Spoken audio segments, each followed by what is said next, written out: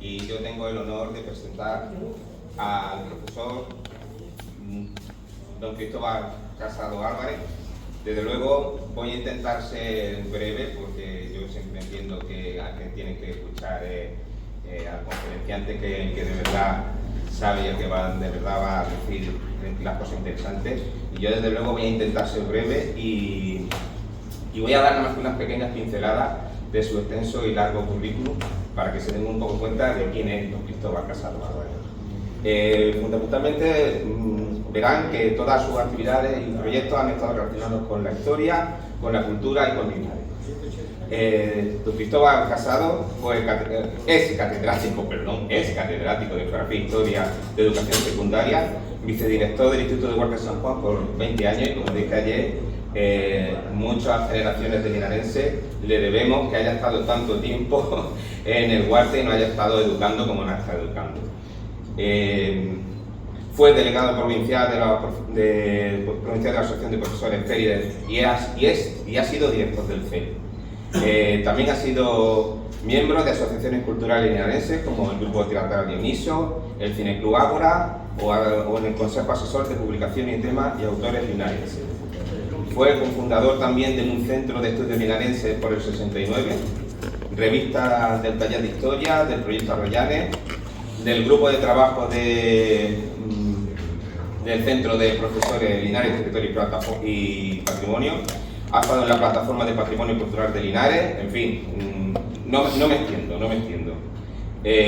También ha sido fundador de los cuadernos monográficos de Huarte, de las jornadas teatrales Vicente del Moral, de las jornadas Juan de Huarte de San Juan y de literatura española Encuentro en Linares, entre otras cosas. Ha tenido muchas publicaciones dentro del proyecto Arroyanes, de artículos de prensa y de revistas linarenses, y desde luego otra faceta que tiene importante es su faceta de poeta y literato, y muy pronto va a publicar un libro muy interesante sobre su poema Pecio, para que vean que es un hombre además polifacético y cultural. Y ha tenido varios premios, obviamente, voy a decir nada más que algunos, como es el Anual de Cultura de Encuentros con Linares 2002 o su trayectoria cultural en el 2007. Y como decía ayer, aunque parezca que me repito, pero no es así, porque es verdad, voy a incidir de nuevo en su faceta como profesor, porque de nuevo, y eso, yo tuve la suerte también y el privilegio de que me diera clases de sexo alumno. Y no por nada, mi investigación profesional ha ido hacia la historia y la arqueología, por algo sea. Y desde luego lo que nos enseñó, entre otras cosas, don Cristóbal Casado, fue a que la historia no era un amasijo gris de datos o fechas, sino que era algo más, era estudiar las causas, las consecuencias por lo que había pasado eso, para entender la historia, para comprender nuestro presente y para intentar cambiar el futuro. Desde ese punto de vista nos hizo pensar, y eso lo que significa es hacernos libres. Y desde ese sentido tenemos que dar las gracias, y tengo que dar las gracias a don Cristóbal Casado, y como verán en su conferencia Fracaso, Retraso, la construcción del Estado liberal capitalista en España del siglo XIX, verán ustedes que es verdad lo que yo le digo. Así que, don Cristóbal, tiene usted la palabra. Muchas gracias.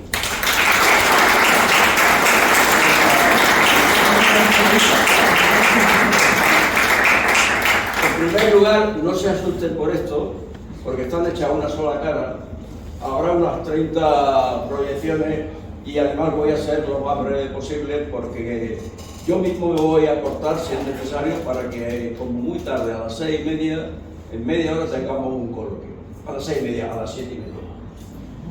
Pero yo sé que la materia se presta a poco a las anécdotas, así que pido un poquito de paciencia. Voy a ser lo más didáctico posible, pero la economía tiene difíciles anécdotas. Bien, en primer lugar os doy las gracias por vuestra asistencia y quiero agradecer al CEL, a su presidenta Susana, a su directora Rocío y al director del Congreso Lorenzo la oportunidad que me han brindado de estar aquí con ustedes esta tarde. Y muy especialmente a mis amigos, compañeros del Consejo Académico y antiguos alumnos, Bautista Cebrián, que no hace mucho tiempo me recordaba cuando él era alumno y me enseñaba monedas romanas, es decir, ya iba para arqueólogo.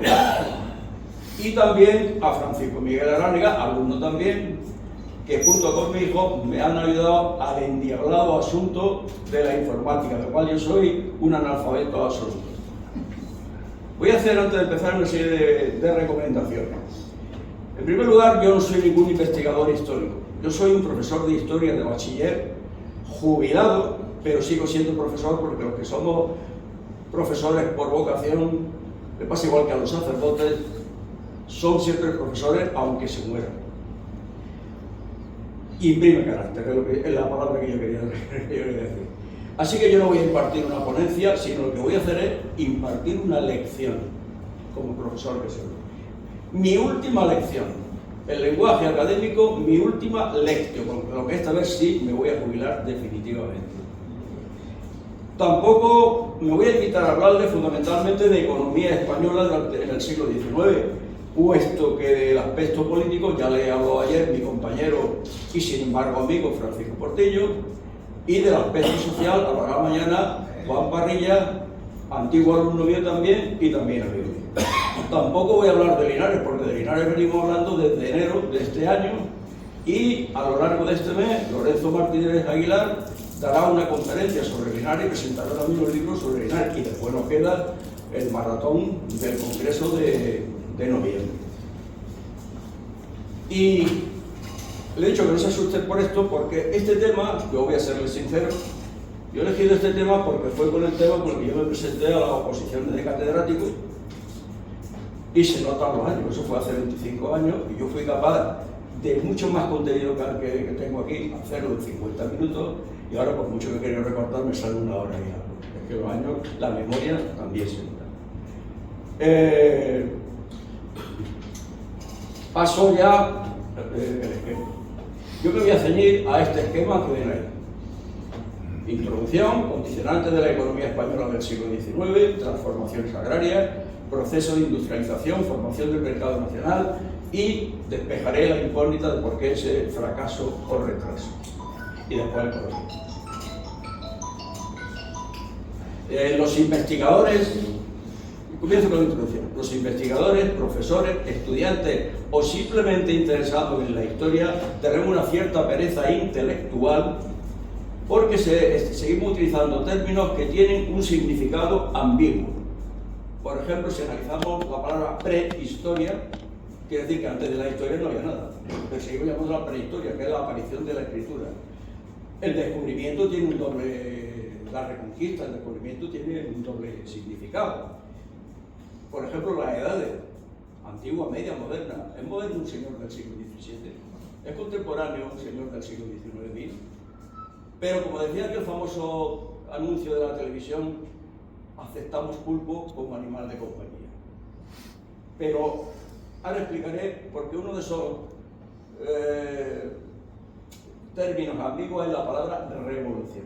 Si acudimos al diccionario de la Real Academia Española, dice que revolución es un cambio rápido y profundo, generalmente violento, en las estructuras políticas y socioeconómicas de una comunidad nacional. Por lo tanto, en la historia de la humanidad han existido cambios, muchos cambios, pero solamente 3 cambios que llevan la palabra revolución delante, realmente que han cambiado la vida del hombre en este trozo del sistema solar en el que estamos, que es el planeta Tierra. La primera es la revolución neolítica, descubrimiento de la agricultura, la ganadería, etcétera, etcétera. Prácticamente todos los quehaceres de la civilización están ya en el neolítico. El segundo es la revolución industrial, que es lo que vamos a tratar esta tarde, el maquinismo, la producción en serie.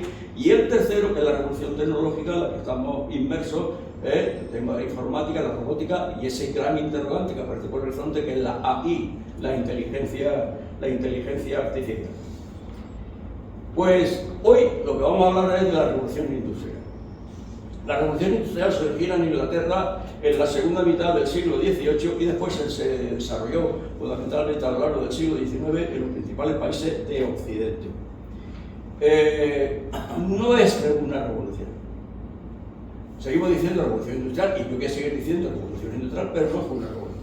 Fue una larguísima evolución que afectó a todas las facetas de la vida del hombre, porque tampoco fue una revolución industrial, fue primero una revolución agrícola, demográfica, de transporte, de política, cultural, es decir, no fue una revolución, fue una serie de evoluciones. Lo que sí fue una revolución fue el proceso al final, porque este periodo que llamamos revolución industrial, pues ha tardado muchas decenas de años, en algunos países siglos, décadas, y hay algunos países que todavía, teóricamente, países muy subdesarrollados, no han hecho esa revolución industrial.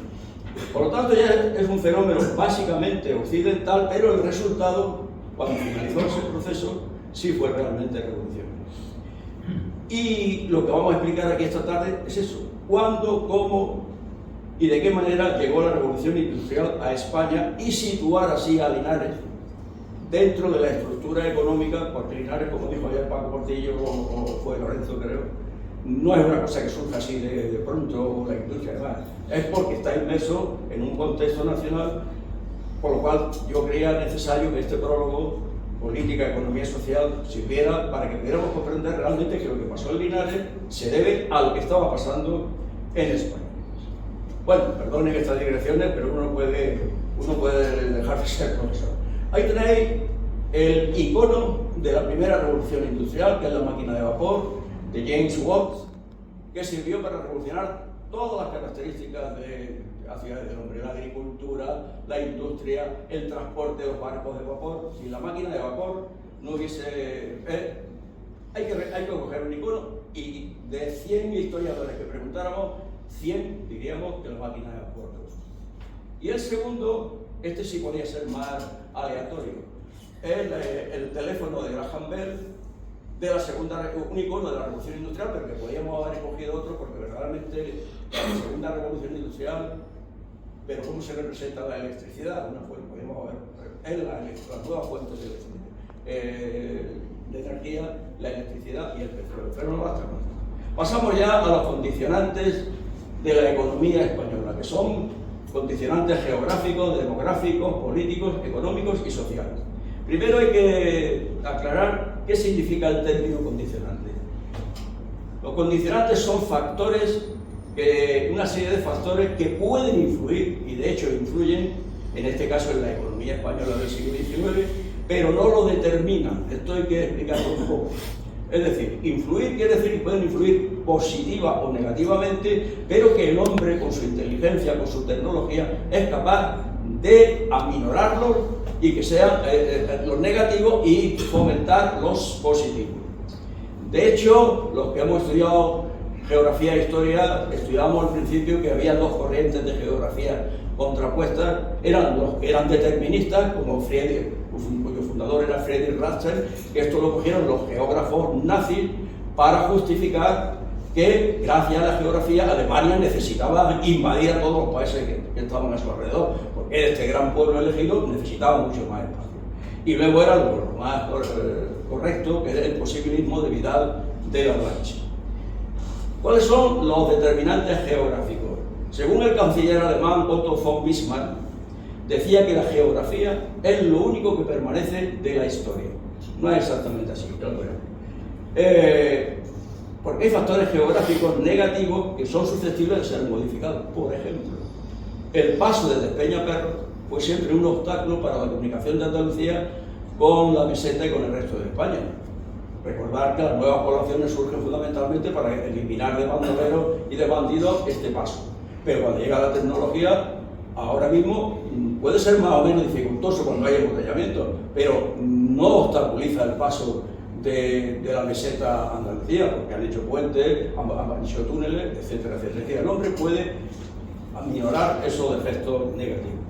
También es negativo, bueno, negativo común que se debe a la geografía, es toda, si miráis el mapa de relieve de España, toda la configuración de las grandes cadenas montañosas, que son prácticamente paralelas, que interrumpen el paso fácil de una región española a la otra. Y la otra es el clima.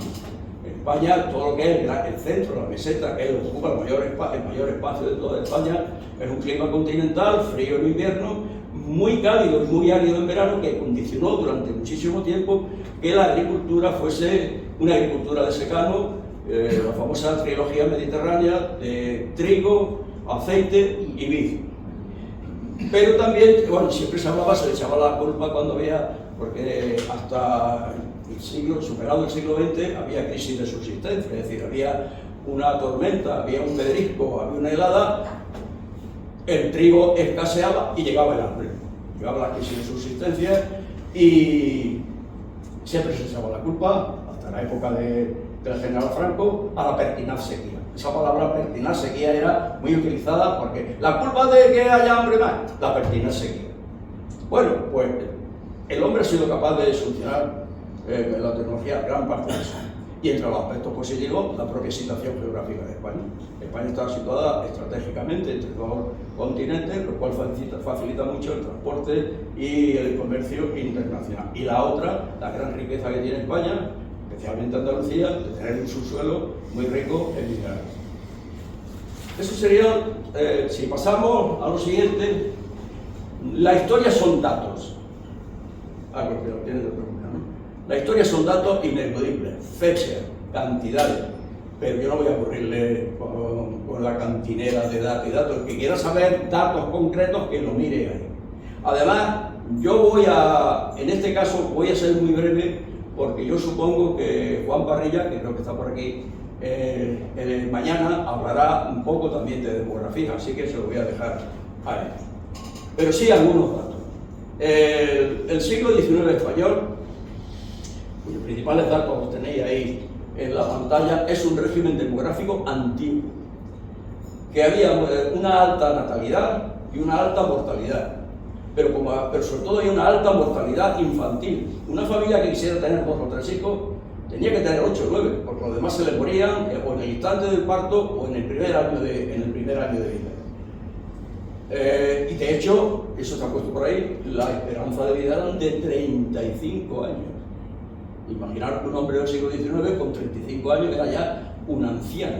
O sea, que estaría ya décadas y décadas bajo tierra. Por eso, había también ha habido una mejora en el siglo XIX porque había siempre un crecimiento muy lento comparado con las demás potencias europeas. Jordi Nadal, voy a hablar muchos nombres, pero me voy a ahorrar decir catedrático, investigador. Los nombres que voy a hablar pues son todos eminentes catedráticos, investigadores o historiadores. Pues Jordi Nadal habla de la falsa pista demográfica, que después lo explica. Mejora algo en el siglo XIX la demografía española, debido fundamentalmente a que hay mejores medidas sanitarias, empiezan a aparecer las primeras vacunas, pero también hay grandes hambrunas y hay épocas, porque en España en el siglo XIX, cada 2 por 3 había epidemias de cólera, de tifus, de fiebre amarilla, o había crisis de subsistencia, que era hambre en la población y por consecuencia del hambre, muerte, como está pasando ahora, por ejemplo, en Gaza. Y además, podemos señalar también una distribución asimétrica de la población. La gran masa de la población vivía en lo que hoy día llamamos la España vaciada y tenían muchas más posibilidades de crecimiento económico, y así fue la zona limítrofe. Entonces teníamos un litoral con más oportunidades de cambiar la agricultura y una meseta con todo su entorno pues, sometida a mucho más a las condiciones que la naturaleza le da. Esto hace que la agricultura, sobre todo cuando empieza a modernizarse la agricultura y empieza a mecanizarse, sobran pero miles y miles de jornaleros y braceros que trabajaban solamente por temporada. ¿A dónde iban esta gente? Se fueron a las ciudades, pero las ciudades no estaban preparadas para eso, y empiezan a surgir las barriadas de Chihuahua, la infravivienda en el exterior, hasta que alguien tenía la suerte de encontrar algún trabajo. Pero eso no fue suficiente. Cuando vieron que era imposible trabajar en España, comenzó la emigración hacia ultramar, fundamentalmente hacia los países hispanoamericanos. ¿Por qué? Por las razones de lengua, religión, cultura, etcétera, etcétera. ¿Y cuáles eran las zonas que más inmigrantes enviaban? Pues lógicamente las más deprimidas: Galicia, Canarias y Andalucía. Pasamos a los siguientes condicionantes, los políticos. Aquí voy a ser mucho más breve aún, porque de esto habló ayer Paco Portillo. Lo que sí voy a decir es que la economía necesita una cierta tranquilidad política, una cierta estabilidad para que ¿cómo se llama esto?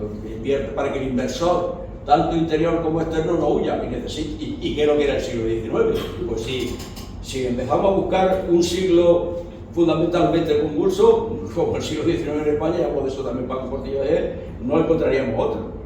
Además falló, a lo largo de mi exposición voy a hablar con cierta repetición de que casi todo lo que se va a salir en el siglo XIX hubo en el siglo XVIII, a finales del siglo XVIII en España. Para mí fue un siglo maravilloso. No el siglo, la época sobre todo de Carlos III, porque aunque Carlos III era un monarca un poco tontaina, que disfrutaba con la caza, pero tuvo la suficiente inteligencia de rodearse de las cabezas más brillantes de la época. Y casi todo lo que después se hizo en el siglo XIX ya lo aventuraron ellos, hicieron ellos proyectos que fue difícil llevarlo a la práctica, que después se hicieron. Por lo tanto, pero ese intento de reformismo borbónico fracasó. Daniel Tortella habla que hay una gran crisis española desde el año 1790 hasta el año 1840, porque acoge el decepcionante reinado de Carlos IV, la guerra de la independencia, José I Bonaparte, el ineficaz, el peor político que haya podido tener España, que era el rey Fernando VII, y además esto también va a ser una constante.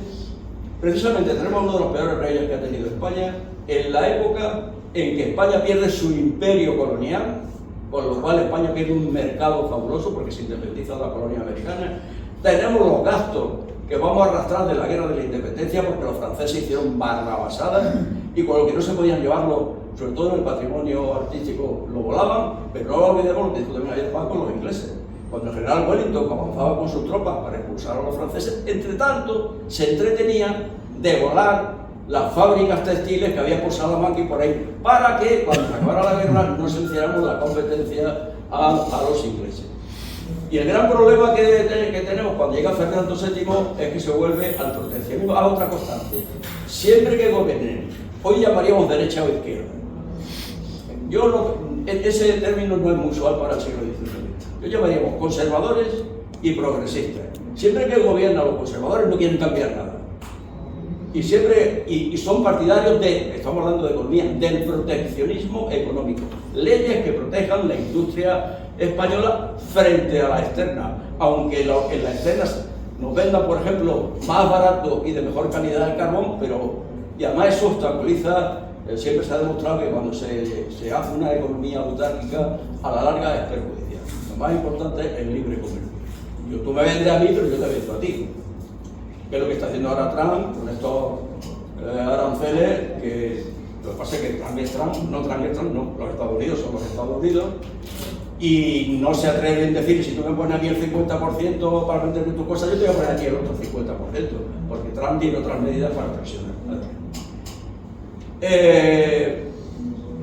Todo esto hizo que durante los reinados de Carlos, Fernando y demás, hubiese un fácil recurso a la deuda pública. ¿El Estado le faltaba dinero? Préstamos que la gente compraba a través de los vales reales y una economía absolutamente proteccionista. Esto a pesar de los tímidos intentos de un ministro que era López Ballesteros, pero que no pudo hacer nada. Cuando llega ya el reinado de Isabel II, no es que Isabel II y su madre, la regente María Cristina, fuesen liberales, pero como los conservadores apoyaban a los carlistas, no tuvo más remedio que echarse en brazos de los liberales para poder gobernar. Pero es que los liberales de aquella época no se ponían tampoco de acuerdo. Estaban los doceañistas, partidarios de la Constitución del 12, y los veinteañistas. Es decir, dentro de los liberales había sus conservadores y sus progresistas. Y luego después surgieron los movimientos sociales, los obreros llegaron un momento y los campesinos que se levantaron. Y el problema del nacionalismo. Sale a la base de Manresa, en Cataluña. En el País Vasco aparece un tal Sabino Arana, que crea después el Partido Nacionalista Vasco, y en Andalucía también el problema del juntismo, porque en Andalucía también tuvimos unos intentos de nacionalistas que no llegamos muy allá, pero tuvimos. Entonces se produce el fácil recurso a pedir préstamos al exterior, tenemos un problema, vamos a pedir dinero, pero ese dinero hay que pagarlo después y con interés. ¿Qué voy a decir del sexenio democrático? En 6 años España intentó hacerlo de todo, no hay quien te más. Pasaron casi todos los tipos posibles de gobierno, pasaron por esos 6 años. Llega la restauración y ahí hay una cierta calma, una cierta estabilidad política, que es el sistema canovista, el turno pacífico de liberales y conservadores, pero hay un problema, y es que no se atacan los problemas a fondo, con lo cual después hay una cierta calma chicha que sirve para que los inversores inviertan, pero al final los problemas se siguen heredando. Fontana dice que esta época es el resultado de la alianza entre la burguesía liberal latifundista con la aristocracia. Y Juan Maluquer de Mote dice que las clases sociales se inclinaron por el capitalismo agrario en lugar del capitalismo industrial. Lo voy a resumir claramente. En España se hizo la Revolución Francesa al revés. Sobre todo lo veremos cuando hablemos de la desamortización. La Revolución Francesa se hace para darle tierra a los que no lo tenían. En España se hizo la desamortización. Y lo que hicieron fue que los latifundios se hicieron más latifundios, más grandes, y que hubo gente que no era latifundista y se hizo latifundista, y no se creó lo que sí ocurrió en Francia y que sigue ocurriendo, que en Francia predomina la mediana propiedad agraria, que es una propiedad que le permite a la familia vivir dignamente de lo que produce. Pero hay otra cosa que no me resisto a decir. En el siglo XIX se echa la semilla de la polarización política extrema. Realistas contra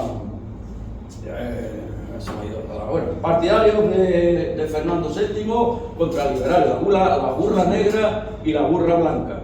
Moderados contra progresistas, conservadores contra liberales. Pero es que entre los liberales de onceañistas y liberales veinteañistas. Republicanos contra monarcos, pero es que entre los republicanos unionistas, republicanos federales. En fin, hay una enorme división que desgraciadamente fructificó con el cainismo guerra civilista en el siglo XX. Voy a hacer 2 citas. Una es de Mariano José de Larra, un epitafio. Aquí yace media España, murió de la otra media. Y más cercano, don Antonio Machado. Españolito que vienes al mundo, te guarde Dios. Una de las 2 Españas ha de darte el corazón. Pero también vamos a hacer una frase que yo creo que es apócrifa, pero que se atribuye a Bismarck, que decía: España es el país más fuerte del mundo, porque lleva siglos intentando autodestruirse y todavía no lo ha conseguido. En fin, pasamos a los condicionantes económicos. Tampoco voy a hablar mucho, muy profundamente de esto, porque es el grueso de mi intervención con la desamortización y la industria. Sí, como siempre, hubo intentos reformistas en el siglo XVIII. El siglo XVIII en España abrazó las tesis del fisiocratismo. El fisiocratismo era una teoría de François Quesnay, que decía que la riqueza de un país estaba en su agricultura. Y hubo intentos reformistas. Recordamos a Jovellano con el informe sobre la ley agraria, a Campomanes, que va creando por toda España. En Linares nunca hubo reales sociedades económicas de amigos del país, que sí hubo en Jaén, no sé si en Andújar, o la Vive, que es el que crea todas las nuevas poblaciones, que fastidió bastante a Linares. Lorenzo escribió un libro para definir exactamente qué se perdió, las dehesas que perdimos cuando empezó a aparecer Guarromán, La Carolina, quitándole el término al término municipal de Linares. Pero también hubo persistencia del régimen señorial. Por ejemplo, siguieron los mayorazgos en la nobleza, la preponderancia de la mesta sobre la agricultura, y comenzó a hablarse de crisis de subsistencia. Sobre todo con los bienes de mano muerta. Voy a hacer un paréntesis.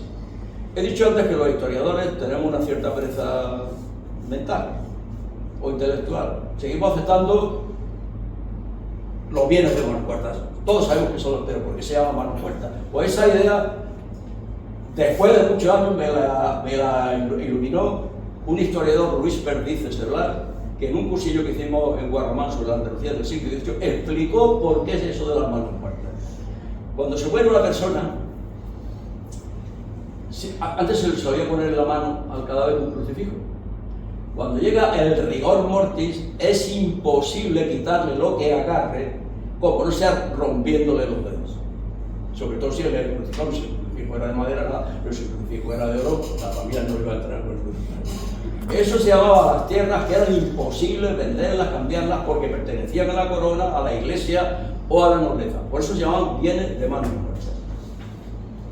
Y en el siglo XIX comienza manteniendo la propia estructura de la propiedad de la tierra. En el noroeste, por la zona de Galicia, abunda el minifundio, que apenas daba para comer a las pequeñas parcelas de los agricultores. En el suroeste es solamente donde hay una pequeña, mediana propiedad agrícola, pero con arrendamiento a corto plazo, pero después está toda la inmensa Castilla, las dos Castillas, Andalucía y Extremadura, donde había una enorme cantidad de trabajadores sin tierra, braceros, jornaleros, que llegó, pero sin embargo, y yo voy a hablar, bueno, a esto sumamos todas las desgracias que hemos dicho anteriormente, las consecuencias de la guerra, los gastos de la guerra carlista, esto ya no lo voy a repetir más, no hay mercado interno, es difícil el transporte de unas regiones a otras, pues todavía el ferrocarril no se había inventado, en fin, el siglo XIX heredó un estancamiento de la economía agraria que fue la causa fundamentalmente de que la agricultura, de que la revolución industrial en España fracasara. Después veremos si fracasó o fue solamente retraso. Hubo una sin embargo, el profesor Antonio Miguel Bernal, que lo hemos traído aquí varias veces en Andalucía, ya muerto, dijo que en Andalucía siempre va a ser pionera en la minería, en la industria textil y en la industria siderúrgica, pero después la burguesía andaluza no va a saber aprovechar los excedentes que saca de la agricultura para invertirlo en la industria, para preferir comprar bienes, tierra de desamortización o invertir en cosas que daban un beneficio rápido, como en el ferrocarril o en la minería. Y según él, tuvimos una oportunidad para habernos convertido en la Cali, como alguien en la época de la transición, no de la California de España, Andalucía, pero sobre todo el empresariado andaluz desaprovechó esa oportunidad. Pasamos a lo social. Tampoco voy a entretenerme aquí mucho porque mañana Juan Parrilla hablará de estos condicionamientos. Siempre, de hecho, que siempre hay un antecedente en el siglo XVIII que se preocupa de estas cosas. Por ejemplo, Francisco Cabarrús intentó, un ministro afrancesado del siglo XVIII, intentó hacer reformas sociales, pero no lo dejaron. El profesor Miguel Martínez Cuadrado afirma que el subdesarrollo agrícola realmente es lo que hizo tan difícil que la industria progresase en España. Pero sí hay que señalar algo. En el año 1868 se termina definitivamente la sociedad estamental. Sabéis que el antiguo régimen era 3 estamentos: nobleza, clero y estado llano. Los 2 primeros tenían todos los privilegios, no pagaban impuestos, se libraban de hacer la bilis y todo lo soportaba el pueblo llano con impuestos, etc. Ya quedan establecidas las clases sociales. Hay una nobleza que sigue teniendo prestigio y poder socioeconómico, pero que ya pierde poder político.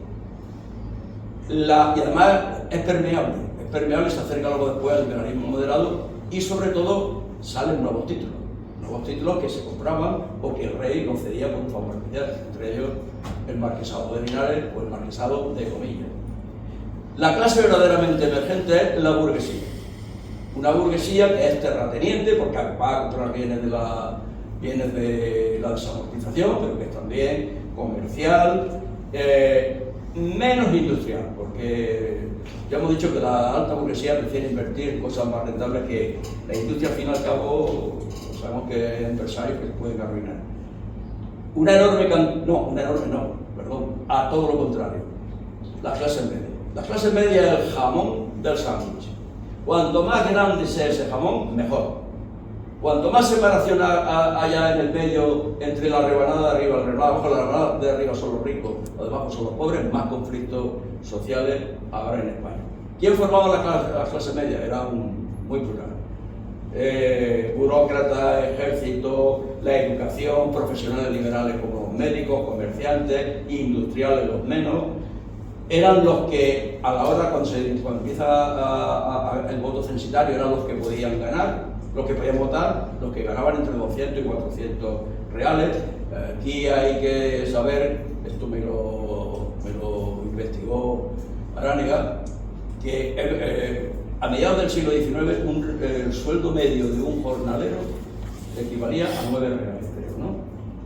Lo que pasa es que no es lo mismo, igual que la peseta, no es lo mismo la peseta de tus padres, que te decían siempre, yo con una peseta iba al cine, me compraba la chucha y más, que las pesetas nuestras, y ya de los hijos que eran, por ejemplo, yo recuerdo la última vez que un taxi costaba 500 pesetas, que son más o menos 3 euros ahora.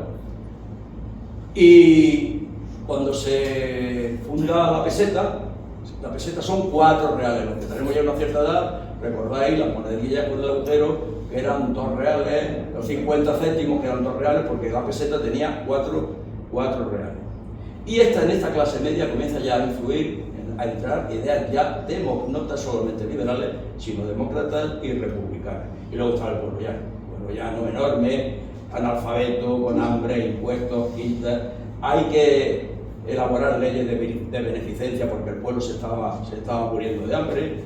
Y es que fijaros, en campesinos sin tierra en España había 2,5 millones de jornaleros y braceros. Artesanos y obreros, sin embargo, 600.000. Poco artesanos y poco obreros en la industria. Sirvientes, menestrales, es decir, criadas domésticas, unas 800.000.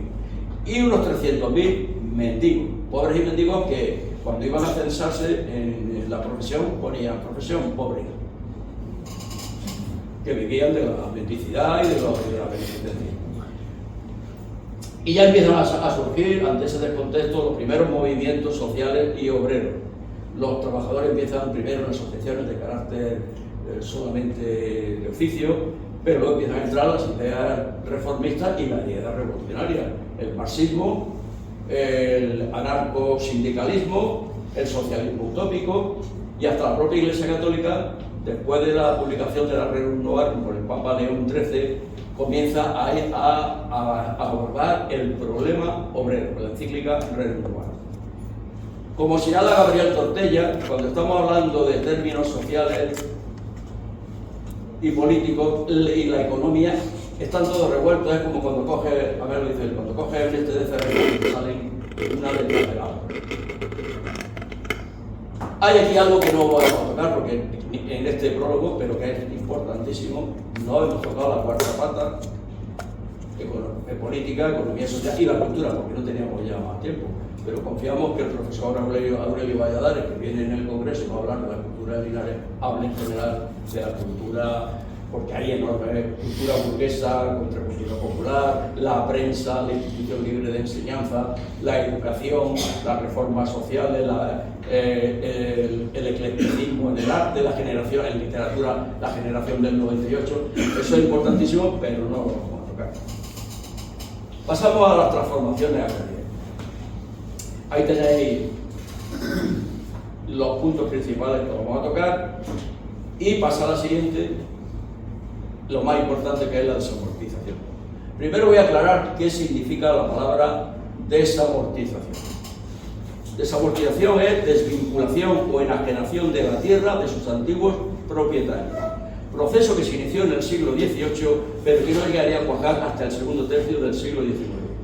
Supone la ruptura jurídica del régimen de la propiedad de la tierra propio del antiguo régimen. La tierra era corona, nobleza y clero, y la implantación de medidas de relaciones de producción capitalista, introduciéndose la propiedad privada de los bienes de producción y la libertad de mercado. Eso es lo que se intentaba. Después veremos que si se consiguió o no se consiguió. Pues como siempre, en el siglo XVIII hubo antecedentes. Ya hubo ilustrado, Javier Toneda considera que la desamortización era inseparable de los intentos de la Hacienda que tenía de mejorar el déficit que tenía vendiendo vales reales. Sin embargo, ¿cuál fue el gran problema de la desamortización? Sabéis que todas las tierras que se desamortizaron se vendían en pública subasta. Ya sabéis lo que es una subasta, se puja. Y como se decía, no, es que vamos a intentar darle tierra a los campesinos sin tierra, pues es que los campesinos no tenían ni un duro.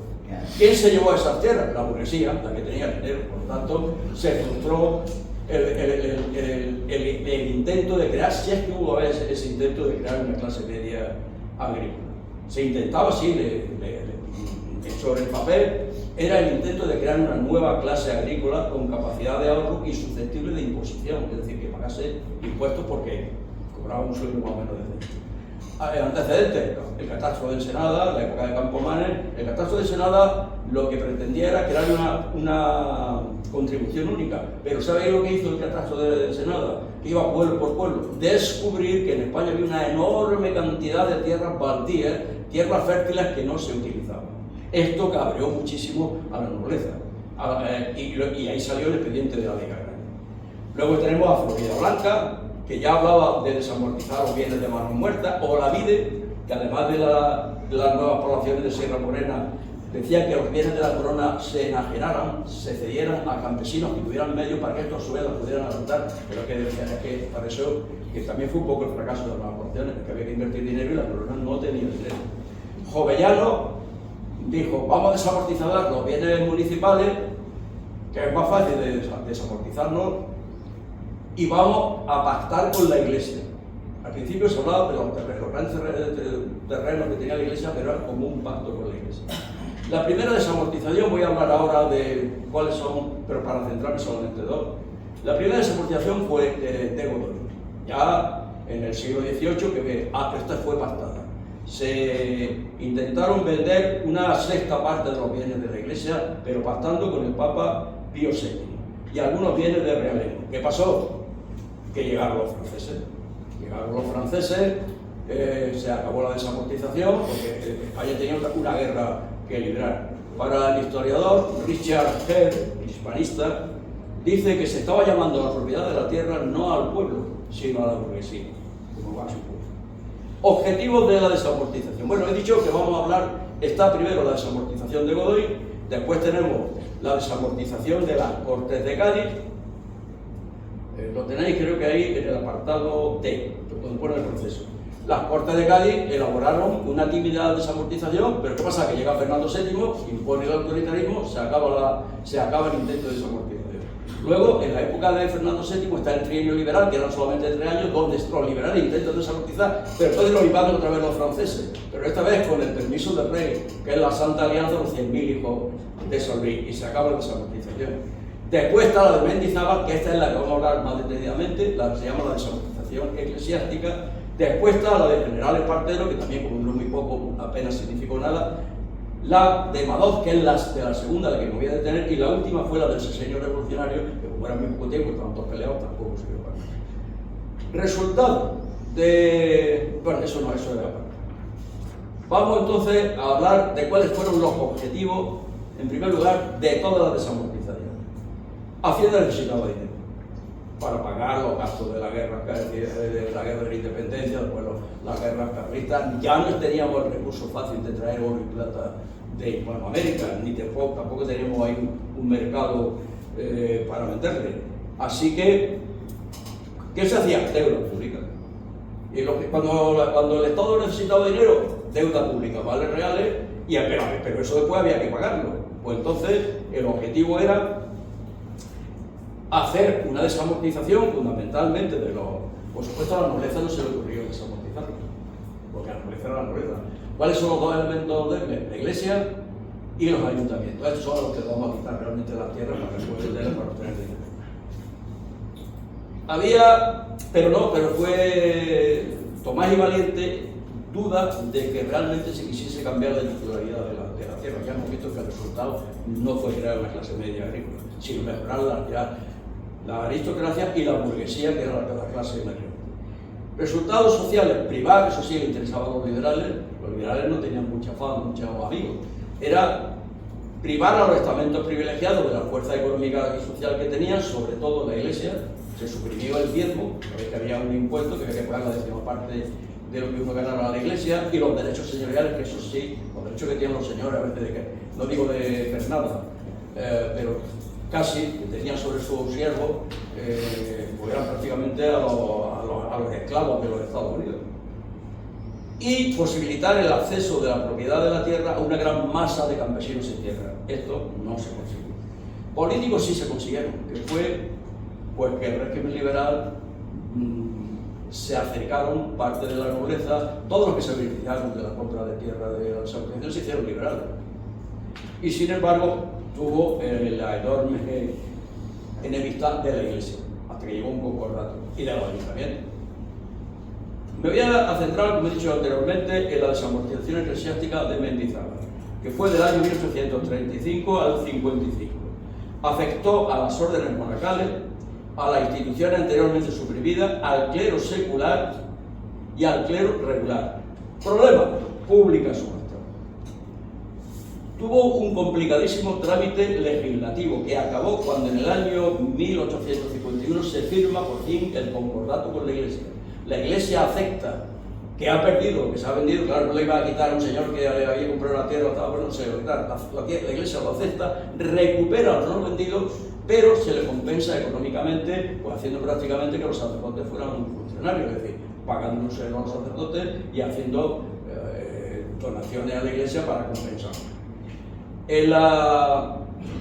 Aquí estamos siguiendo al historiador Germán Rueda. La finalidad es la misma que he dicho antes: establecer la confianza en los liberales, amortizar la deuda, pedir el crédito exterior, puesto que ya era muy difícil coger crédito interno, terminar la guerra carlista, que hacía falta dinero para terminarla, y cambiar un sistema de tributos que no llegó a hacerse. En Andalucía, en esta reforma se vendieron 20.600 fincas. ¿Quién eran los compradores? Los grandes terratenientes, arrendatarios, comerciantes, profesionales, es decir, la burguesía. Tomás y Valiente habla de que estos que compraron las tierras amortizadas, desamortizadas, lo llama especuladores de la desamortización. ¿De dónde eran básicamente los compradores? De las capitales de provincia, de las cabeceras de partido judicial y mucha gente de Madrid. Ahí se llenó de gente que tenía su finca en Andalucía, que venían había un capataz que se la llevaba y luego venían 2 veces o 3 veces al año a su cortijo y demás y a recibir las rentas de la cosecha, etc.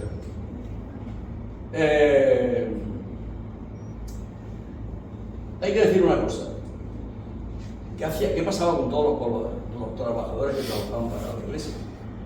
Existió la posibilidad de que los que trabajaban ya en la tierra de la Iglesia pudieran hacerse cargo de comprar esa tierra que estaban trabajando, pero había que pagar un impuesto de capitalización que era de 1,5%, que aunque parece poco, era muy alto para la gente que no tenía nada, con lo cual los trabajadores que trabajaban en la tierra de la Iglesia no pudieron comprarla, sino que además tuvieron el efecto contrario. A veces los que compraban la tierra que era de la Iglesia se portaban mucho peor, le ponían más problemas a los trabajadores que ya habían trabajado con la Iglesia, porque decían, al fin y al cabo, la Iglesia tiene que tener, entre ellos está la caridad cristiana, que por lo menos algo debería tener. Bueno, vámonos con la otra, la desamortización de Pascual Amador del año 1855. Aquí vamos a seguir al historiador José María Moro. Hubo una ley general de desamortización que se promulgó en 1855 y que, con algunas interrupciones, llegó prácticamente hasta el siglo XX. Se vendieron los bienes del clero que todavía no se habían vendido, 1/3 del total. Todas las instituciones, los bienes del Estado, como beneficencia, instrucción pública, de las órdenes militares, pero sobre todo se vendieron los bienes de los ayuntamientos. Los ayuntamientos tenían bienes que se llamaban de propio, que eran terrenos del propio ayuntamiento, que alquilaba a los vecinos, y con el dinero que sacaba de ese alquiler se pagaba el sueldo del maestro, el sueldo del médico del pueblo, porque todavía no había funcionarios, magisterio y médico, y se hacían algunos arreglos que hay que echar, entonces no había asfalto, hay que tapar los agujeros de esta calle. Pues esas tierras se vendieron. Y luego había otras que eran comunales, que eran tierras sin labrar, donde los vecinos libremente podían llevar su ganado a pastar, recoger leña, recoger frutos silvestres, espárragos y demás, y con eso la gente más pobre pues podía ir mal viviendo. Bueno, pues esto se acabó. Los ayuntamientos se empobrecieron, y como se empobrecieron tuvieron que elevar la renta a los municipios para sacar lo imprescindible. Y también se vendieron en esta desamortización montes públicos. Ahí era el cuerpo de ingenieros de montes quien decía los montes que se podían vender y los que no.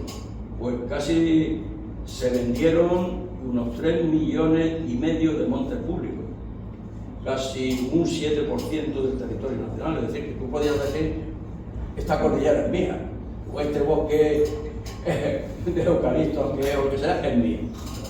Conclusiones.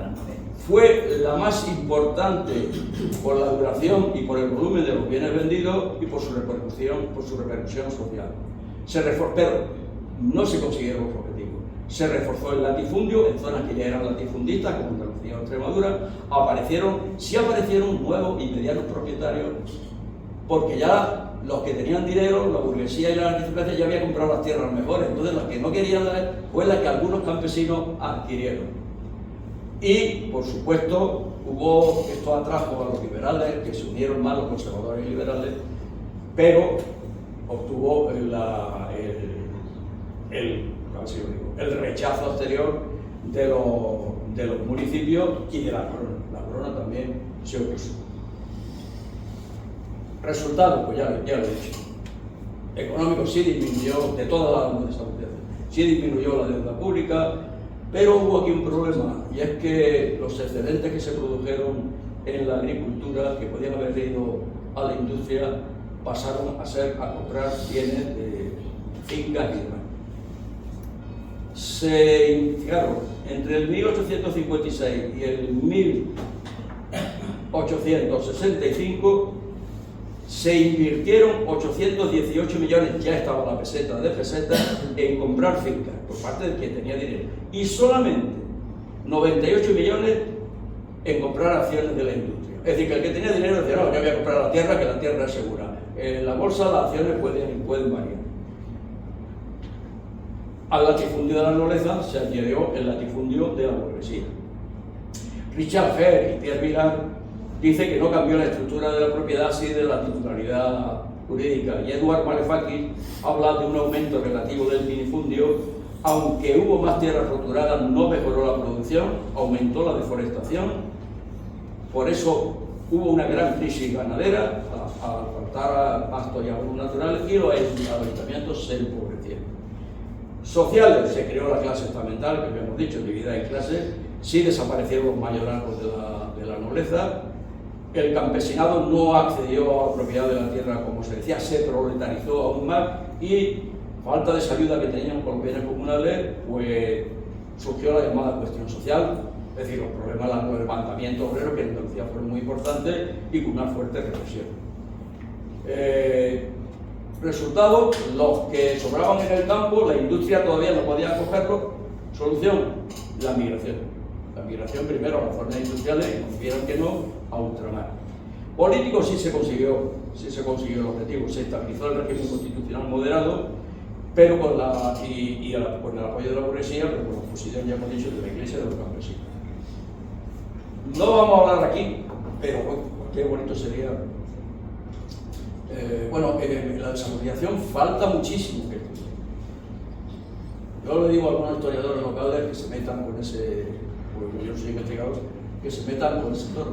Hasta ahora hay solamente un artículo, que es de José Rador, que creo que lo publicó en la jornada que hacían ellos, la acta, que trata la desamortización en Linares. ¿Qué perdió realmente? ¿Qué se vendió en Linares? Sí sabemos el gran deterioro del patrimonio artístico, tanto inmobiliario como mobiliario, que tuvo lugar con la desamortización. Por ejemplo, desapareció el convento de San Francisco, solamente quedó la capilla; desapareció el convento de San Juan de Dios, solamente queda el claustro y la capilla; desapareció totalmente el convento de San Juan de la Penitencia. ¿Y qué vamos a decir de las esculturas, de los retablos, pues la gente lo compraba? Yo recuerdo en Granada, cuando estudiaba, que en la calle Mesones de Granada había una tienda de tejidos que era una iglesia.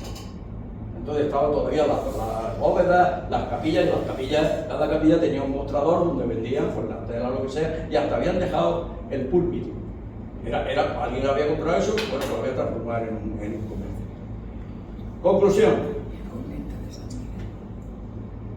Con la desamortización, en España entran los principios del capitalismo liberal. Nunca se pretendió una revolución social. pero tampoco se llegó a una categoría de reforma agraria como sí pasó en Francia. Por lo que se produjo una frustración entre los no privilegiados. Para Tortella fue el fracaso de la Revolución Industrial Española, o como he dicho antes, la Revolución Francesa al revés. Y no se pudo formar una clase media agraria. Pasamos ya, esto muy rápidamente, la dinámica agraria. El resultado de esto es que en España fundamentalmente la agricultura se dividió en dos grandes parcelas. La agricultura tradicional, que ocupaba básicamente la mayor cantidad del territorio, que era poco productiva, era la trilogía mediterránea, es decir, trigo, aceite y vid, pero todavía existía la rotación trienal, había falta de abono, cultivo extensivo, es decir, por eso esta agricultura a veces no era ni siquiera capaz de calmar el hambre de la población, porque cada 2 por 3 había crisis de subsistencia. Luego sí, ya en la segunda mitad del siglo XIX se liberalizaron los abonos, en el trigo, incluso ya al final se pudo exportar algo. Sin embargo fue el siglo de oro, bueno, el siglo de oro no, la época del oro de la vid, porque estaba la filosera en Francia, que había arruinado todos los viñedos franceses, y los franceses compraban toda la uva a España que podían, eso sí, para luego venderla como vino de Burdeos, como vino lo que sea, porque la filosera acabó. Esto acabó cuando la filosera entra en España a finales del siglo XIX y se acaba el invento. Y el olivo se extendió por toda Andalucía, por el Bajo Aragón y por Cataluña. Y llegó a exportarse aceite y aceitunas, por lo cual la hacienda obtuvo buenos ingresos con esa exportación. Y luego había una pequeña agricultura moderna, que estaba sobre todo en el litoral, que tenía ya nuevas técnicas. Era el cultivo de regadío, había abonos, empezaron a cultivarse nuevos productos como el maíz, la patata, el arroz, el algodón. Ya era una agricultura capitalizada que exportaba, por ejemplo, los vinos de Jerez, con capital inglés, los principales viñedos, pues ahí Osborne, Domés son apellidos ingleses. Las uvas pasas de Málaga, que se exportaban también, avellanas y agrios de Valencia, el azúcar de caña que se cultivaba en la zona tropical de Granada. Si conocéis Granada, la Gran Vía de Granada, que luego hubo en los años 60 un destrozo. Antes de los 60 había magníficos palacetes que compraban los burgueses que se habían enriquecido con la caña de azúcar. El pueblo de cachondeo, la Gran Vía de Granada es la Gran Vía, pero el pueblo decía la Gran Vía del azúcar. Tabaco, exportación de plátano y tabaco de Canarias, conserva en La Rioja, en Logroño, es decir, que había ahí un sector mucho más moderno. Y sin embargo, la ganadería sufrió un gran retraso. Ahí no lo vais a ver, hay brutal, la letra muy pequeña, es un resumen de todo lo que hemos dicho de la desamortización. Como voy mal, no, voy bien. Vamos a hablar del proceso de industrialización, que lo tenéis ahí en la próxima vez. Bueno, como siempre, ya hubo antecedentes en el siglo XVIII, es decir, qué mentes, qué siglo más prodigioso. Ojalá tuviéramos una serie de cabezas tan privilegiadas ahora en el siglo XVIII que pensaron todo lo que después se hizo. Florida Blanca, Campmani, Campomanes, se empezaron a decir que en España había que crear industria, manufactura se llamaba entonces. Y empezaron por lo que se pudo. Por ejemplo, por crear las reales sociedades económicas de viejo del país. La primera eran los caballeritos de Azpeitia, era vasca, que eran los intelectuales de la época, las mentes pensantes decían, pues aquí podíamos preguntar esto, podíamos mejorar, o sea, tenían ideas para mejorar la vida económica del país. Y hay que decirlo, hay que rendirse a la evidencia. La burguesía andaluza falló. Las dos únicas burguesías que se portaron como debía de ser en la época de la burguesía fue la catalana y la vasca. También es cierto que luego con apoyo del Estado, porque ya empezaron los vascos y los catalanes con el nacionalismo, y para callarlo un poco tuvieron una serie de ventajas que después, por ejemplo, en Vizcaya empezaron a surgir ferrerías, era como se llamaba la industria del hierro, y en Cataluña se les permitió comprar algodón. En España la industria textil se basa en el algodón, y España no tenía algodón. Pues se les permitió a los catalanes comprar algodón británico y maquinaria británica. Y luego, eso sí, fijaros la mentalidad. Como los Borbones llenaron España de palacios, de magníficos palacios que están ahí, es un patrimonio hoy de todos los españoles. Esos palacios hay que llenarlos de relojes, de lámparas, de tapices, y empezaron a crear las reales fábricas de Talavera, Guadalajara, Segovia, Valencia, con la seda, para surtir a los palacios de los objetos de lujo que necesitaban. Pero sí tuvo una cosa muy importante, y es que para eso importaron de Europa, por ejemplo, el secreto de la porcelana. El secreto de la porcelana era un secreto que en Europa no lo decía nadie. Pues ahí compraron, supongo que era un espionaje industrial, y consiguieron que ese secreto pasara a España, y se creó pues, una serie de personas que empezaban, que sabían ya lo que había que hacer. Las causas del retraso industrial, no las voy a citar, ya lo hemos dicho, todo lo que hemos dicho, la agricultura, etc. Sobre todo, me voy a referir a esto.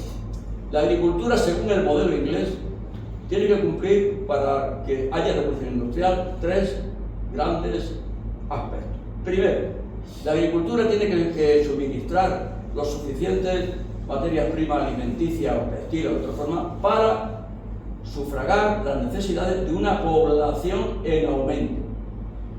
Segundo aspecto, factor que tenía que cumplir la agricultura: suministrar capital excedente a los dueños de las tierras que podían invertirlo en la industria, y como sobraba mano de obra, suministrar mano de obra a las fábricas que empezaban y que necesitaban obreros. Y la tercera era crear un mercado interior capaz de absorber esos productos que fabricaban las industrias. Bueno, esto no se hizo. Y como no se hizo, fundamentalmente, por lo que he dicho, por la falta de una burguesía financiera, pues comenzamos a depender del exterior, y es cuando empieza a llegar a España capital extranjero, fundamentalmente francés, belga e inglés.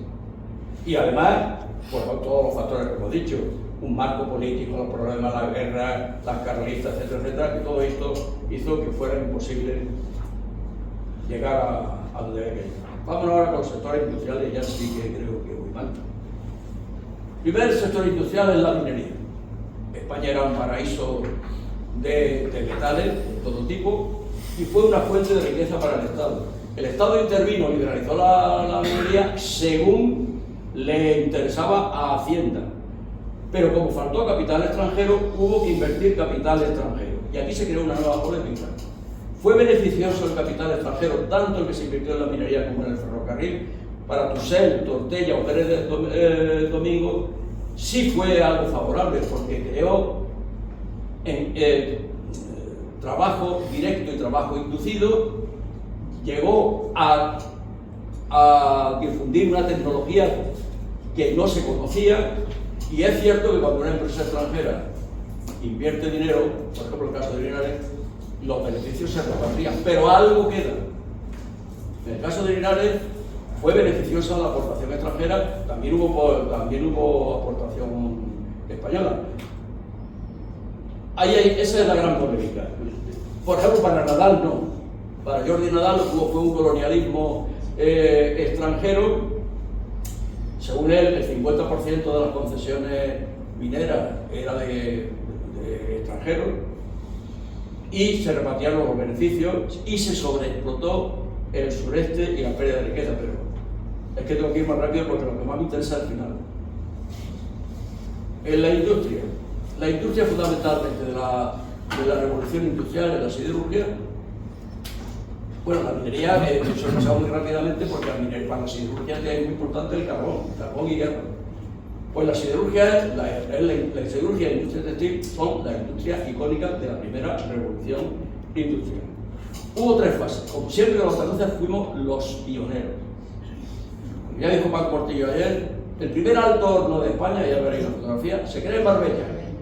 Pero resulta que faltaba carbón y hierro. Pues lo lógico es que eso fracasara. Eso fue Heredia, que era un empresario muy lanzado, y eso pasó a Asturias. Pero que era la segunda fase. Pero la segunda fase, lo lógico es que la siderurgia se creara en Vizcaya. ¿Por qué? Porque Vizcaya tenía hierro, además con minas a cielo abierto, que era menos costo, podían tener carbón de Asturias y de León, y si les faltaba, con los ferries podían traer el coque inglés, que era más barato y de más calidad, en los barcos. Y además había barcos empresarios vascos que aportaron capital, pero también los ayudamos. Por ejemplo, la Marina Española encargó casi todos sus barcos a los astilleros de Nervión o de Nervión. Pero luego después que España empezó a necesitar maquinaria de todo tipo, telares mecánicos, máquinas ferroviarias, herramientas agrícolas, y claro, empezaron a surgir en el País Vasco un montón de ferrerías, igual que en Cataluña. ¿Por qué se concentra casi toda la producción, la industria textil, fundamental, el algodón, que España no tenía? ¿Por qué se concentra en Cataluña? Porque hay una serie de industriales catalanes, los Güell, los Fabra, que aportan su capital y ganaron. Tenéis el famoso Parque Güell, la que Gaudí le hace una casa prácticamente a casi todos estos catalanes, y esto hace que en el gráfico 19 por ahí aparece que Barcelona que sea la cuarta potencia de la del mundo.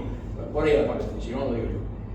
Y llegó que Barcelona en el año 1891 llegase a tener 1 millón de habitantes. Luego hay otros pequeños sectores industriales que no los voy a tocar, pero que también son, por ejemplo, esto ahora se está estudiando. ¿Cuál es el papel, por ejemplo, de la industria corcho-taponera, de la salinera, la industria vinícola, la industria conservera, la industria reconstructora, la industria de la manera? Pues todos esos llegaron a ser como un 2% del Producto Nacional. Eso lo estudió sobre todo Carrera. Y ahora quiero que os fijéis en ese alto horno de Marbella, el primer alto horno de España, que tenía que ser un monumento nacional, sobre todo de la arqueología industrial, que yo visité hace unos 20 años por ahí, y os juro que esa fachada tenía hierros. Había escaleras de hierro, había cosas de hierro. Ya no se ve ninguno porque los chatarreros han arrasado con todo lo que hay. Luego tenéis un mapa que quiero que os fijéis sobre todo porque eso es localización industrial, pero también hay ferrocarril. Quiero que os fijéis la zona de Andalucía, porque luego tengo un mapa de ferrocarril, y este mapa llega hasta el año 1875, pero el que voy a poner con posterioridad, que solamente el ferrocarril termina en el 68, y todavía aquí sí está el ferrocarril que pasa por Linares, pero en el otro próximo voy a poner no. Ahora ya sí que... ¿No son las 7:05? Voy mal. La formación del mercado, no, pero tenía que haber empezado a 7:05. Terminamos con la formación del mercado nacional, que también hubo antecedentes en el siglo XVIII, con Capmany, con la memoria, es decir, que también los ilustrados se apoyaron. Hubo incluso un decreto de libre comercio del año 1778 y se suprimieron las aduanas interiores. Los que somos mayores recordamos que en la esquina de la calle Julio Borel con la calle Alfonso X había un fielato. Y el fielato era una aduana interior que en la época de Franco había cuando pasaba un producto o lo que sea de una ciudad a otra había que pagar un impuesto. Pues eso se suprimieron. En aquella época, si tú querías vender de Sevilla a Córdoba, a lo mejor tenías que pagar. Eso se suprimió. El comercio sí tuvo un cambio revolucionario, sobre todo en la segunda mitad del siglo, cuando empezaron a venderse los excedentes agrícolas y tuvo una maraña de reformas legislativas que se pueden ver en el gráfico 20.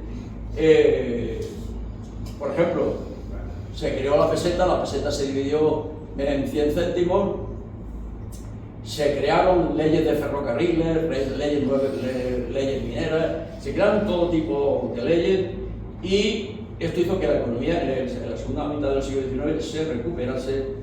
Y como muestra de esa recuperación, es que no tengo para mí que muy rápido, España empezó, presumiendo de lo que ya tenía España, a participar en las exposiciones internacionales de Londres, de París y de Filadelfia, e incluso llegó a hacer exposiciones nacionales para demostrar, oye, que lo que estábamos haciendo.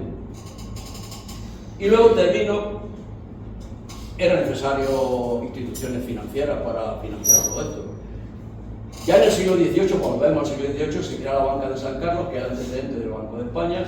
Después, ya en el XIX, se crea el Banco Español de San Fernando, el nuevo Banco Español de San Fernando, hasta que en el año 1856 se crea el Banco de España. El Banco de España, que tiene la finalidad más o menos que tiene ahora: custodiar las reservas nacionales, es decir, el oro, el tesoro español, emitir papel moneda, conceder créditos, responsabilizarse de los impuestos, subvencionar la política gubernamental, adquirir deuda, cubrir al décimo, lo que es un banco nacional. Y empiezan a surgir bancos privados en casi todas las capitales de provincias y empieza a entrar la banca extranjera, sobre todo los Rothschild, los Capital Inglés y los Lafite. Y también empieza a crearse la banca mixta comercial e industrial. Esto ya va a sonar.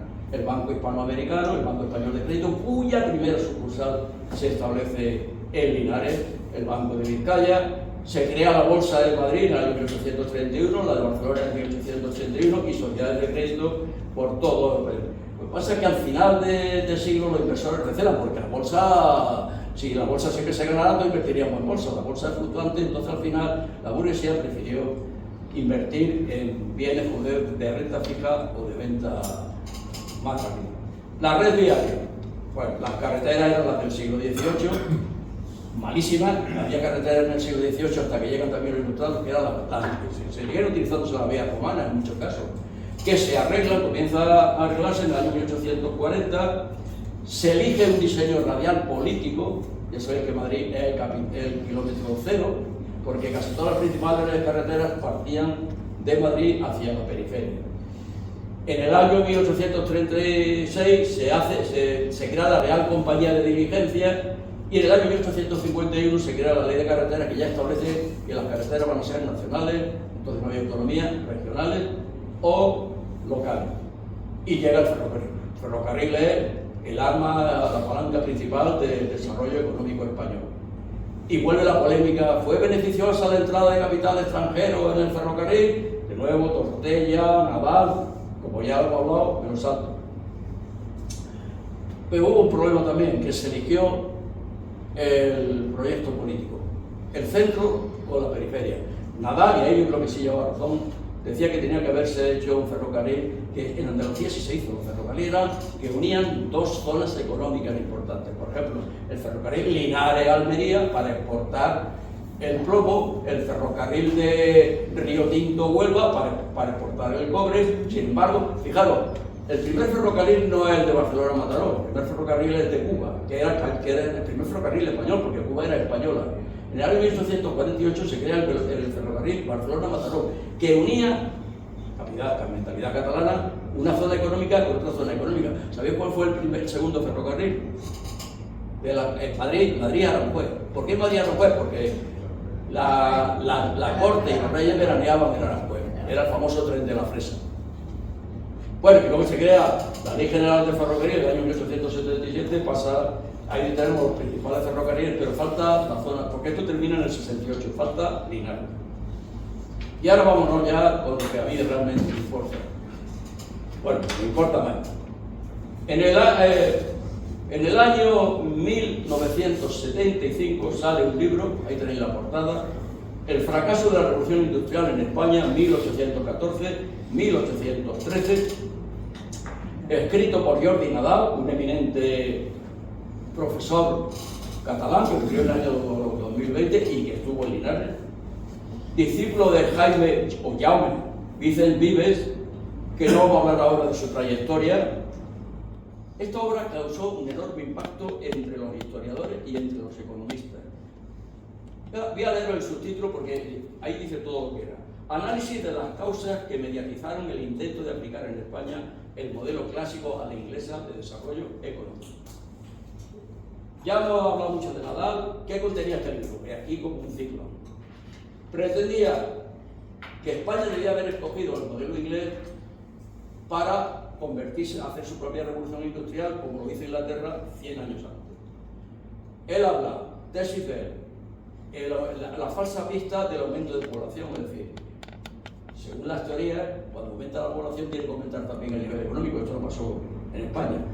El problema que hemos dicho del capital extranjero, tanto la minería de los ferrocarriles, Nadal dice que nos convertimos en unos acreedores de los grandes capitales y que aquí hubo pues, prácticamente éramos sucursales de Inglaterra, de Francia, etc.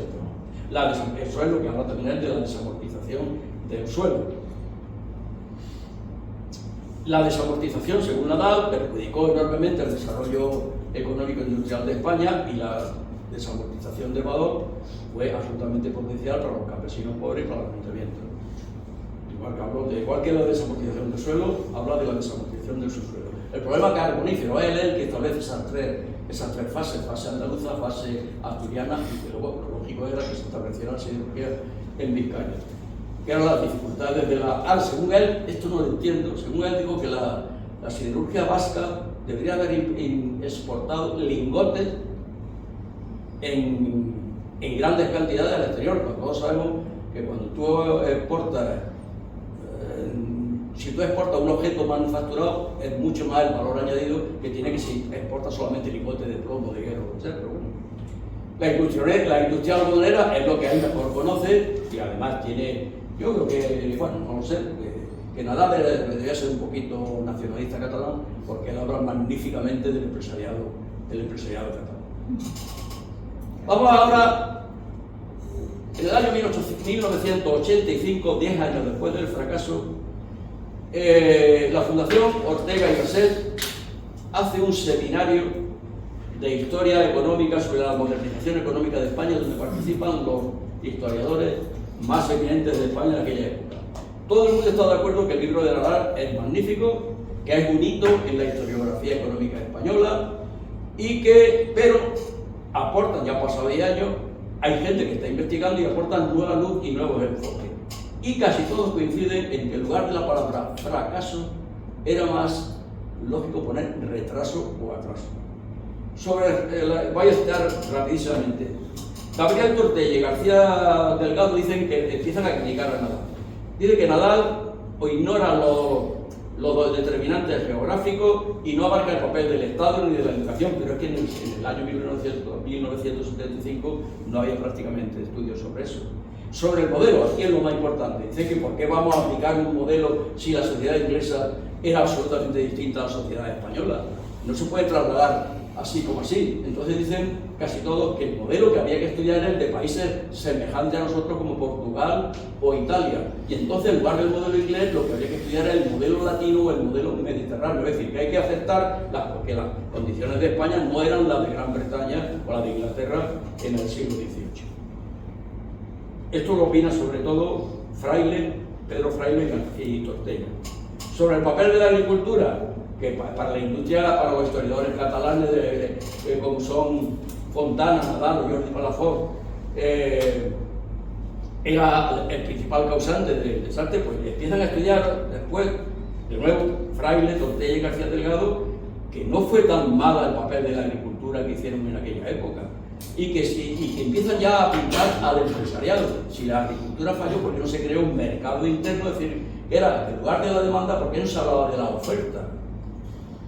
Germán Rueda y Javier Donezar opinan que sobre la desamortización apenas hay escrito, estamos hablando del año 1985, y apenas siguen faltando estudios sectoriales y regionales sobre la desamortización. Por ejemplo, en Linares todavía falta un estudio serio sobre, no digo que no lo sea, pero hay que profundizar más sobre la desamortización en Linares. Para el grupo de estudios de historia rural empiezan a decir que no fue tan malo el papel de la agricultura, que fue prácticamente semejante a lo que pasaba, sí, con nuestras peculiaridades, con el resto de Europa. Y sobre la falsa pista de la cabra Nadal, Francisco Busteo, Vicente Pérez Moreda dice que es que no había el crecimiento de población española, no fue tan espectacular que crease un crecimiento económico paralelo. Sobre todo carga el papel en los mercados y en el empresariado. Le echan la culpa de los frailes al empresariado, que tanto el empresariado vasco como el empresariado catalán preferían medidas, por ejemplo, cuando se suprimió un arancel liberal de Laureano, se me ha ido la cabeza. Protestaron los empresarios vascos y catalanes porque dijeron, no, aquí los aranceles que sean proteccionistas, porque iban en función de su maximalismo, de sus propios intereses, y eso impidió que España, pues, era el caso de España. Ya hemos hablado de las inversiones de capital, si eran buenas o no, etcétera, etcétera. Y ya hemos dicho que yo creo que fueron perjudiciales, pero por ejemplo el caso de Linares el caso fue positivo. Y sobre los sectores industriales, cuáles se están analizando, como por ejemplo Albert Carrera, el papel que tenían otras, que ya no era la siderurgia ni la industria textil, de otras industrias. Conclusiones, y ya ves. Jordi Nadal estaba vivo cuando se hizo este seminario, murió en el año 2023. Y en su intervención en Linares en el año 1990, con la conferencia Andalucía, Paraíso de los Minerales no ferrosos, en su participación en el seminario Raíces Históricas de los Problemas Económicos de la España Actual, organizado por la Real Academia de Ciencias Morales y Políticas en el 97, donde leyó una ponencia sobre la importancia y el dinamismo del empresariado español, en el homenaje que le hizo, acordado de este hombre, que viene a inaugurar el Congreso, Andrés Sánchez Picón, en la Universidad de Almería, que después lo hizo doctor honoris causa en el año 23, yo creo que Nadal murió en el... Sí, no, yo creo que murió en el 22 o el 23. Pues ahí Nadal matiza sus conocidas tesis, acepta ciertas críticas que se le hacen, porque crearía nuevos investigadores. No está muy convencido, pero le pone un interrogante a la palabra fracaso. Pero sigue defendiendo que el empresariado catalán era magnífico y que la culpa no la tenía el empresario. Tenía que haber terminado aquí, ¿me dais 5 minutos? Sí, bueno. Hay otras opiniones. Josep Fontana dice que el antiguo régimen, la liquidación del antiguo régimen se efectuó mediante una alianza entre la burguesía liberal y la aristocracia latifundista con el árbitro como la monarquía como árbitro. La Revolución Francesa al revés. Javier Dussel habla que no se debe minusvalorar el mundo agrario, que hubo cambios importantes, aunque no espectaculares. Y vuelve, yo creo que es el primero que dice sustituir fracaso por retraso. Juan Pablo Fusi dice que el siglo XIX es que España sufrió 2 revoluciones. Sufrió la revolución política al mismo tiempo que la revolución industrial. Y habla de que por qué la localización, los sectores se van al sector, en lugar del centro, se van al litoral, a la periferia. Pero dice que España, con sus peculiaridades, se portó igual prácticamente que el resto de la Europa industrial, con atraso, pero sí empujó en la misma dirección que Europa Oriental, en esa variable europea. Josep Pérez, aquí esto sí que es una novedad. Para Josep Pérez dice que el siglo XVIII español tiene que formar parte de la edad contemporánea. Entonces sabemos que la edad contemporánea es el siglo XIX y el XX, y lo que llevamos de tiro, pues dice que hay que meter el siglo XVIII español, porque gran parte de lo que pasa en el XIX ya estaba pasando en el XVIII. David Rimbrous va mucho más allá. Dice que el milagro económico español de los años 60, el desarrollismo de la época franquista, se debe a las raíces, tiene sus raíces en lo que ocurrió en el siglo XIX español. Y Santos Juliá dice que ahora mismo hay una generación muy grande de historiadores económicos. Dice que son los historiadores económicos los que se han dado cuenta que es el pesimismo de los historiadores clásicos cuando hablan del siglo XIX, Catombe, etcétera, no es tan profundo. Porque ya están sacando datos, es que los economistas van a datos, no a opiniones. Que dice que no fue tan malo como se dice, y habla de sustituir la palabra fracaso por atraso. Leo una frase textual de Javier Dussel, que luego después la voy a parafrasear. Dice: más que perder el tren, los españoles han dado reviso en subir a los vagones delanteros. Y muy brevemente, un minuto para el epílogo. Yo esto, lo he dicho al principio, todas estas cosas yo lo estudié, me tiré un año entero investigando este tema, pero yo lo cerré cuando ya saqué la cátedra, pues digo, bueno, yo sigo interesado por el tema, pero ya no es esa cosa de apuntar, hacer fichas. Esto fue en el año 1999. Por supuesto que desde el año 1999 han pasado 25 años, claro que se sigue investigando en estas cosas, pero yo creo que falta ese gran libro, como fue el libro de Nadal, que recoja todo, porque sobre todo se está estudiando muchas cosas, pero a nivel local y sectorial. Por ejemplo, aquí entramos precisamente otra vez Andrés Sánchez Picón en Almería, en un cursillo que hicimos con Esperi, que se llamaba Historia del Mundo Contemporáneo puesto al día. Habla de las cosas, pero esta fue también, ya está Rosario en el año 2004, pero ya dice cuáles son las nuevas tendencias de investigación. Una de ellas tuvimos, la primera conferencia que hubo en el precongreso, ya era que era Sánchez Picón y su compañero, y eran las redes de migración. Ahora se está estudiando mucho la emigración. Se está estudiando, por ejemplo, la industria, la historia del trabajo, las relaciones del empresariado, las relaciones laborales entre empresarios, la historia, el papel de la mujer, como no se va a estudiar el papel de la mujer en la revolución industrial en España, la historia del ferrocarril, la historia de la banca, factores muy... Y hasta hay una cosa curiosísima, la historia contrafactual. Yo a mí esto me parece un divertimento. La historia contrafactual que dice, ¿qué hubiera pasado si, por ejemplo, que también le llamo historia crónica, si el Linares no hubiera habido minas? Bueno, podemos divertirnos, pues a lo mejor seríamos un pueblo, una población muy honesta como puede ser Torre Blanco Pedro. Hoy, pero no sería Linares. Linares es gracias. Esto es un poco, tú hiciste una historia contrafactual, es decir, que hubiera... Tú contaste cómo hubiera sido la llegada de los Reyes Católicos a Linares sin que hubiera ningún documento, pero hace lo que se llama una historia comparada. ¿Cómo fue la llegada de los Reyes Católicos en otras poblaciones y demás?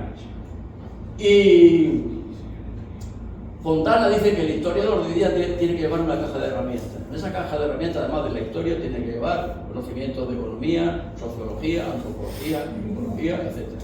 Sí hubo un libro, pero que no llega a ser todavía definitivo, en el año 2011 de Tortella, que habla de la historia económica de la España del siglo XIX y el XX. En fin,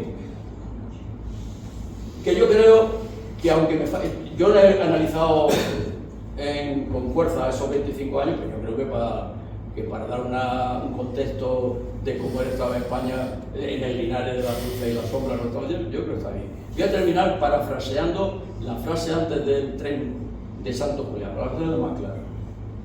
Los españoles no perdimos el tren de la revolución industrial, simplemente ocupamos los vagones de tercera. Y con esto, muchas gracias por su atención. He terminado.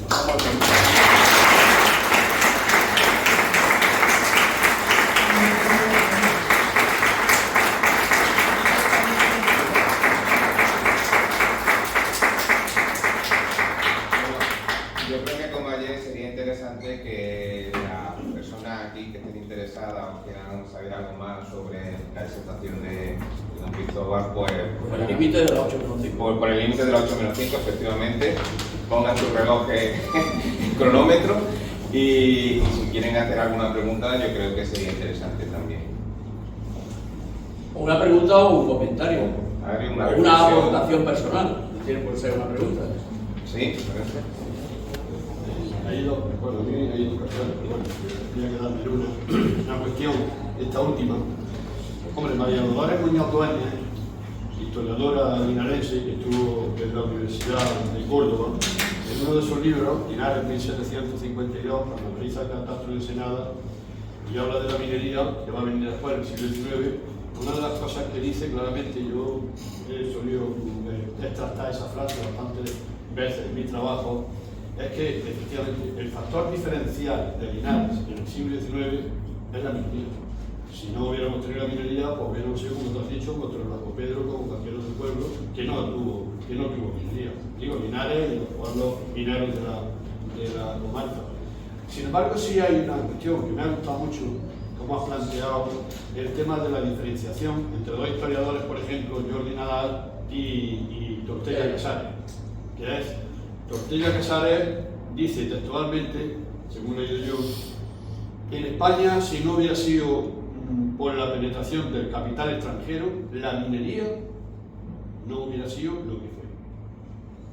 No hubiera sido lo que fue. Y luego tenemos el caso contrario, Jordi Nadal, que dice y se plantea negocio o expolio. Negocio o expolio.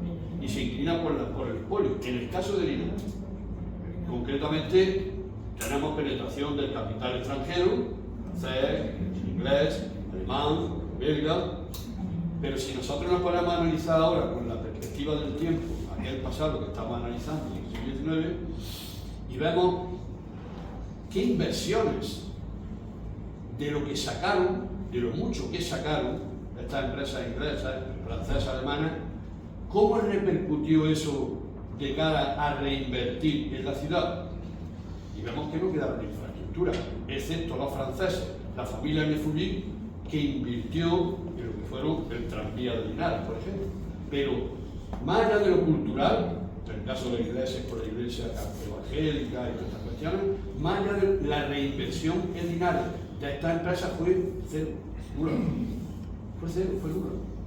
Luego, por tanto, estamos hablando de que sacaron mucho dinero, ganaron muchísimos millones, es verdad que dieron trabajo, que ya no es poco, pero las reinversiones fueron muy pocas. Las verdaderas reinversiones que hubo en Linares precisamente no vinieron del capital extranjero, vinieron del capital español. Los Figueroa. Los Figueroa, la casa Villanova, el Marqués de Revisa, que fueron los que verdaderamente fueron los. Porque, por ejemplo, Manuel Agustín Heredia, que venía de Málaga y estaba asociado con Lario, con el Marqués de Lario, tampoco hicieron grandes inversiones. Las grandes inversiones que se hacen en Linares las hace el capital español, no las hace el capital extranjero. Luego, por tanto, yo sí me apunto a la tesis de Jordi Nadal.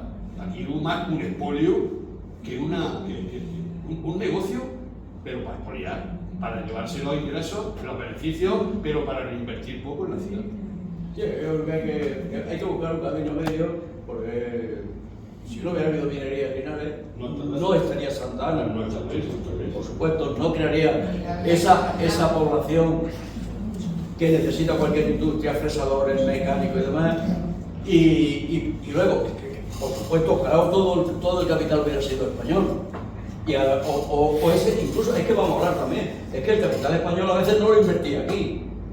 Se lo llevaba a Madrid o a sus palacios, a sus cosas. Es decir, que, hombre, lo ideal hubiera sido que el capital hubiera sido linarense y que hubieran invertido en Linares. Pero no nos podemos quejar porque si no hubiéramos sido un pueblo agrícola. Y he puesto el problema del ejemplo de Torreblanco Pedro porque es un pueblo agrícola.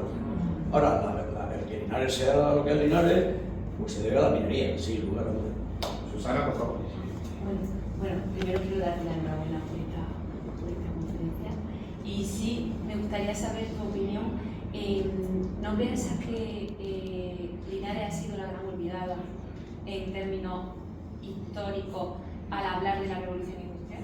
O sea, se piensa en los relatos de historia, los grandes centros industriales, Cataluña y País Vasco, Linares, con toda esa explosión que supuso en la minería, no solo a nivel local, provincial, sino nacional, ¿no piensas que en cierto modo a veces es la gran olvidada? Es que fundamentalmente se debe a que la burguesía andaluza en general abandona. Por ejemplo, hay antecedentes, está lo que habló de Heredia, está el Marqués de Lario, puede ser Loring, un inglés que era un empresario que son adelantados, pero llega un momento en que ven las dificultades de los demás.